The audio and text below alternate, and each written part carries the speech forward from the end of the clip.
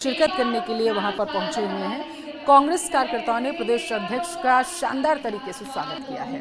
बताया जा रहा है उनको साफा पहनाया गया, पुष्प गुच्छ देकर उन्हें सम्मानित किया गया, उन्हें भेंट किया गया।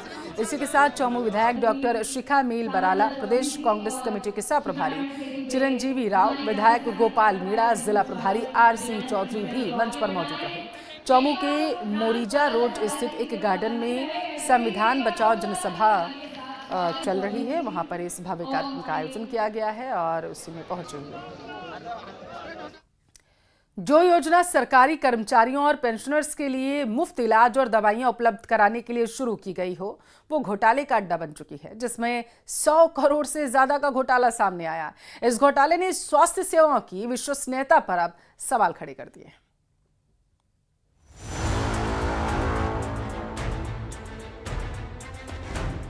100 करोड़ से ज्यादा का घोटाला, मरीजों की जिंदगी से खिलवाड़, RGHS योजना में भ्रष्टाचार का खेल।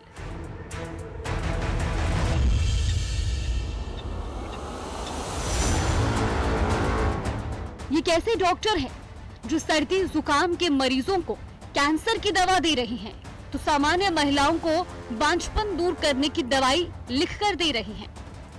जो योजना सरकारी कर्मचारियों और पेंशनरों के लिए मुफ्त इलाज और दवाइयां उपलब्ध कराने के लिए शुरू की गई थी, अब वो घोटाले का अड्डा बन चुकी है। हम बात कर रहे हैं प्रदेश सरकार की महत्वाकांक्षी राजस्थान गवर्नमेंट हेल्थ स्कीम की, जिसमें मरीजों की सेहत के साथ खुलेआम खिलवाड़ किया जा रहा है। अलवर जिले से आई ये खबर न सिर्फ हैरान करने वाली है, बल्कि मरीजों के भरोसे को भी तोड़ने वाली है। अस्पतालों के डॉक्टरों ने सामान्य सर्दी जुकाम, सिरदर्द या हल्की बुखार जैसी शिकायत लेकर आए मरीजों की पर्ची पर cancer, heart, kidney, liver disease जैसी गंभीर बीमारियों की महंगी दवाइयां लिखी। वहीं गर्भवती महिलाओं को बांझपन दूर करने वाली दवाइयां देने तक की बात सामने आई है। साथ ही बिना जरूरत के मरीजों की जांच करवाई गई। पूरे मामले में सरकारी डॉक्टरों, मेडिकल स्टोर संचालकों और लैब मालिकों के बीच कमीशन के खेल का गहरा गठजोड़ होने के प्रमाण मिले हैं, जिसके लिए जिले के 11 डॉक्टर और बड़ी संख्या में मेडिकल स्टोर संचालकों को नोटिस दिए गए हैं। साथ ही इस मामले में टीम जांच पड़ताल कर रही है, जिसके जरिए RGHS योजना में 100 करोड़ रुपए से ज्यादा का घोटाला सामने आया है। तो अपने 2 PHC और 2 CHC, जो कि शहरी PHC शिवाजी पार्क और पहाड़गंज तथा CHC रामगढ़ और राजगढ़ की जो अनियमितताओं की जांच करके उन्होंने दी है, उसके आधार पर हमें जांच की जानी है। उसमें करीब चारों जो संस्थान है उसके 10 से 11 डॉक्टर्स इन्वॉल्व हैं तथा करीब 25 से 30 मेडिकल स्टोर हैं जिन्होंने की दवाइयां ये दी। मुख्य चिकित्सा स्वास्थ्य अधिकारी डॉक्टर योगेंद्र शर्मा ने डॉक्टरों को कारण बताओ नोटिस भी जारी किया।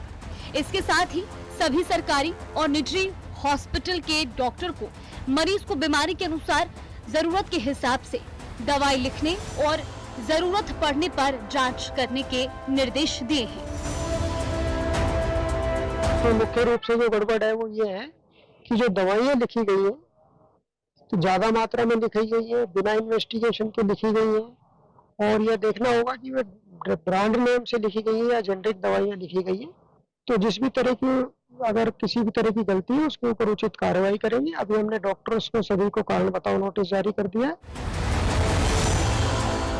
इस घोटाले ने न केवल स्वास्थ्य सेवाओं की विश्वसनीयता पर सवाल उठाए, बल्कि प्रशासनिक लापरवाही को भी उजागर किया है, जिसका खामियाजा गरीब और मध्यम वर्गीय मरीजों को उठाना पड़ा, जो सरकारी इलाज की आस में अस्पताल आया करते थे।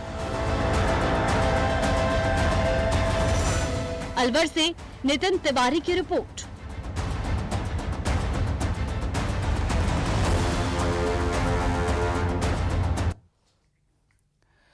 इस साल के अंत में भले ही बिहार विधानसभा का चुनाव होने जा रहा है, उसके लिए बीजेपी ने चुनाव की तैयारी राजस्थान में तेज कर दी है। एक भारत श्रेष्ठ भारत अभियान के जरिए बीजेपी इन दिनों प्रदेश में रहने वाले बिहारी वोटर्स को खंगालने में लगी है। इस काम के लिए प्रदेश स्तरीय टीम का गठन किया गया, जिससे बीजेपी इस तरह बिहारी वोट बैंक पर पकड़ मजबूत बना सके। बिहार में चुनाव, राजस्थान में तैयारी, घर घर बिहारी मतदाता की तलाश, बीजेपी का एक भारत श्रेष्ठ भारत अभियान। जब मौका खास हो तो सियासी पत्ते फेंक देना ही राजनीति का असली धर्म होता है, जिसमें बीजेपी माहिर है। बिहार में चुनाव है तो मौके की नजाकत को भांपते हुए बीजेपी ने अपनी चाल चल दी। एक भारत श्रेष्ठ भारत अभियान के जरिए राजस्थान में रह रहे बिहारी मतदाताओं से संपर्क करने में जुट गई, जिसके लिए प्रदेश महामंत्री श्रवण सिंह बगड़ी को संयोजक और महिला मोर्चा की पूर्व प्रदेश अध्यक्ष सुमन शर्मा सह संयोजक बनाया गया है। बीजेपी की नजर अब बिहार विधानसभा का चुनाव फतह करने पर लगी हुई है, जिसके लिए पहले पार्टी ने 6 जिलों में इस अभियान को शुरू किया, जिसमें कोटा, जयपुर, जोधपुर, अलवर, श्री गंगानगर, हनुमानगढ़ था। लेकिन बाद में प्रदेश अध्यक्ष के निर्देश के बाद सभी जिलों में इस अभियान को लागू कर दिया गया।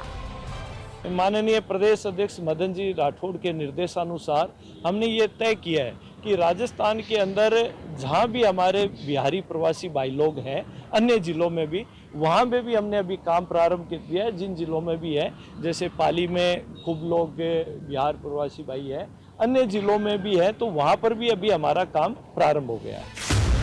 क्या है एक भारत श्रेष्ठ भारत? 3 मार्च से प्रदेश में एक भारत श्रेष्ठ भारत शुरुआत की गई थी। अभियान में देश भर के उन जिलों को सूचीबद्ध किया गया जहां बिहार के लोग रहते हैं। बीजेपी के मुताबिक लगभग 2 करोड़ प्रवासी बिहारी देश भर में हैं, जिसमें करीब 65% अभी भी बिहार में मतदाता के रूप में पंजीकृत हैं।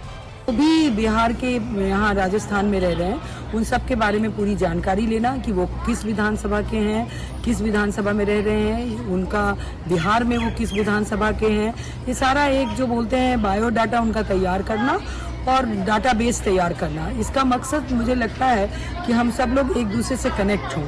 सीधे शब्दों में कहे तो बीजेपी बिहार के बाहर रहने वाले बिहारियों को रिझाने की कोशिश कर रही है, जिससे उन्हें बिहार चुनाव में पार्टी के लिए वोट करने के लिए तैयार किया जा सके।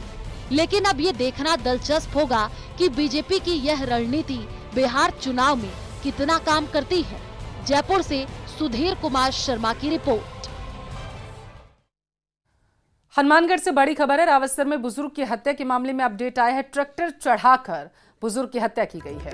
इलाज के दौरान बुजुर्ग ने दम तोड़ दिया। मेडिकल बोर्ड से पोस्टमार्टम करवाया जा रहा है। पुलिस ने एक आरोपी को भी राउंड अप किया है, ऐसी जानकारी निकलकर सामने आई है।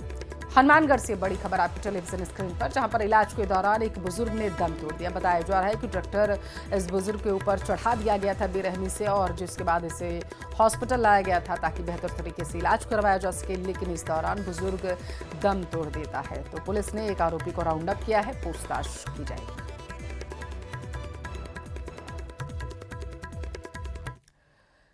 अलवर सरिस्का बाघ परियोजना में 2 दिवसीय तितली सर्वेक्षण किया जा रहा है, जिसमें तितलियों की प्रजातियों की गणना की जाएगी।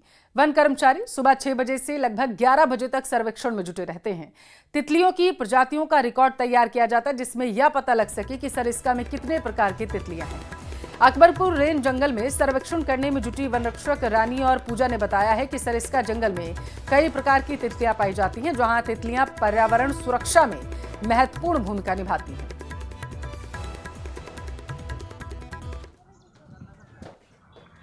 की है, व्हाइट भी है, येलो भी है, रेड भी है, ब्लू भी है, काफ़ी तरह की तितलियाँ देखने को मिल रही है। और ये जो ट्रांजिट लाइन पर चलना है हमें, क्योंकि उधर ही सबसे ज़्यादा तितलियाँ देखने को मिलती है।